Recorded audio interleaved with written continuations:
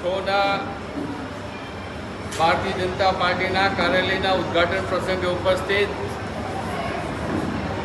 આ બોર્ડના ચારે ઉમેદવારો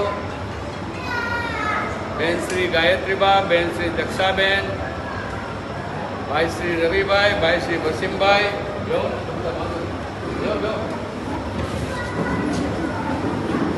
સંગઠનના પ્રમુખ શ્રી નિશાંતભાઈ, બંને મહામંત્રી શ્રી માન્ય શ્રી કુલદીપસિંહ, માન્ય શ્રી કેતનભાઈ, સૌ ઉપસ્થિત પાર્ટીના આગેવાનો, પૂર્વ સુધરાઈ સભ્યો, ઉપસ્થિત કાર્યકર્તા ભાઈઓ અને બહેનો,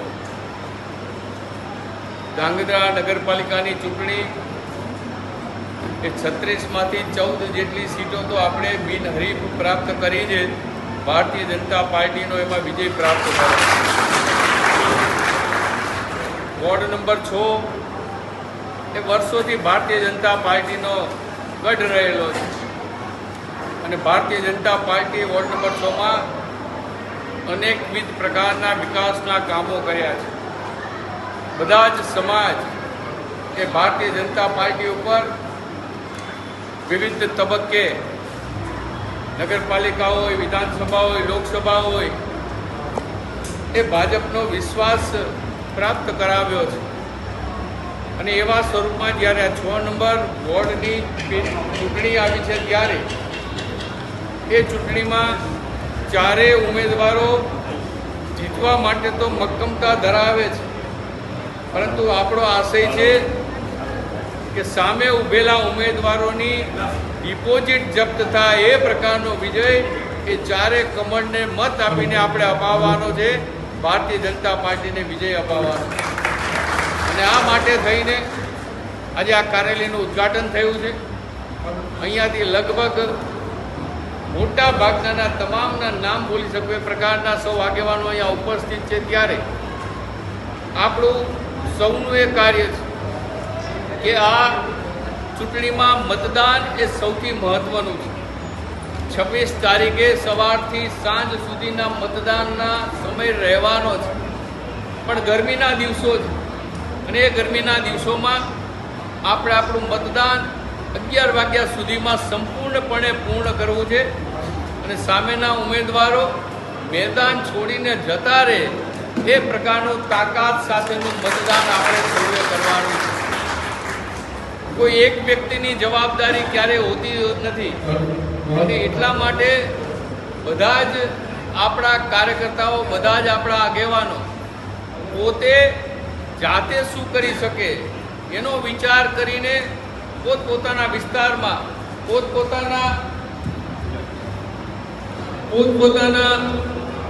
ગલીમાં, મોહલ્લામાં એવા પ્રકારની વ્યવસ્થા સાથે જોડાવવું જોઈએ કે આ 5 ઘર 10 ઘર હું સંભાળીશ, કે 5-10 ઘરના મતદાન થયા પછી હું જમવા જઈશ અને એવી રીતે અહીંયા સંખ્યા એટલા મોટા પ્રમાણમાં છે, યુવાનો એટલા મોટા પ્રમાણમાં છે, બહેનો એટલા મોટા પ્રમાણમાં છે, તો આ સંકલ્પ કરીએ તો એમાં કોઈ આપણને તકલીફ પડે એવું નથી અને એટલા માટે 6 નંબર વોર્ડમાં વધુ ને વધુ મતદાન થાય એની ચિંતા સાથે મળીને સૌએ કરવાની છે. બાકી બચેલા દિવસોમાં ઘર ઘર સુધીનો સંપર્ક થાય, સ્લીપો મતદાનના ઘર સુધી પહોંચે અને મતદારનું અત્યારથી જ આપણે નિશ્ચિત કરી લઈએ કે આ મતદાન આપણે સવારમાં, વહેલી સવારમાં કરાવવું છે.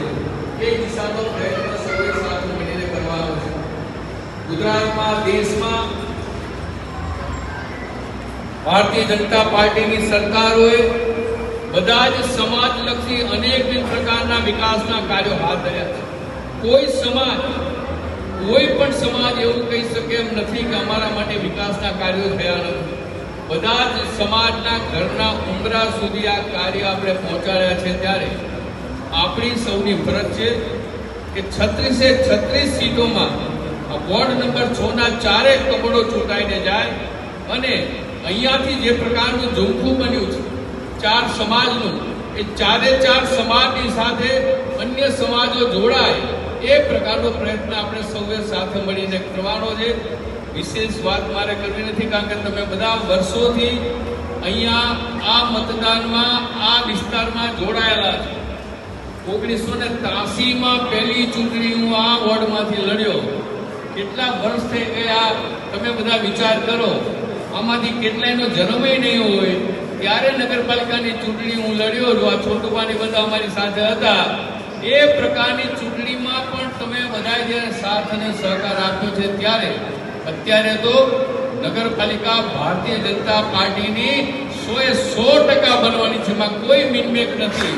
પરંતુ આપણો આશય છે કે 36 સીટ ભારતીય જનતા પાર્ટીની આવે, 36 કમળ ચૂંટાઈને આવે.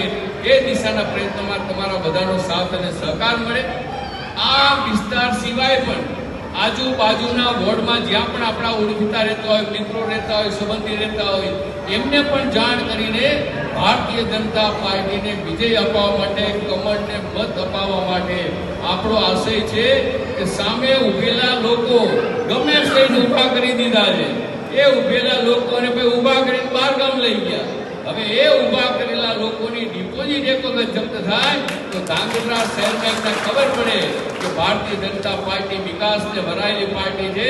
અને વિકાસને વરાયેલી પાર્ટી સાથે આપણે લોકોના કામ કરવા માટે આ ચારે જ્યારે તત્પર બન્યા છે ત્યારે એમને વધુ ને વધુ મતદાન કરો, કમળની તરફેણનું મતદાન કરો અને ચારે ચાર કમળ આ બોર્ડમાંથી ચૂંટાઈને આવે એવું કરો.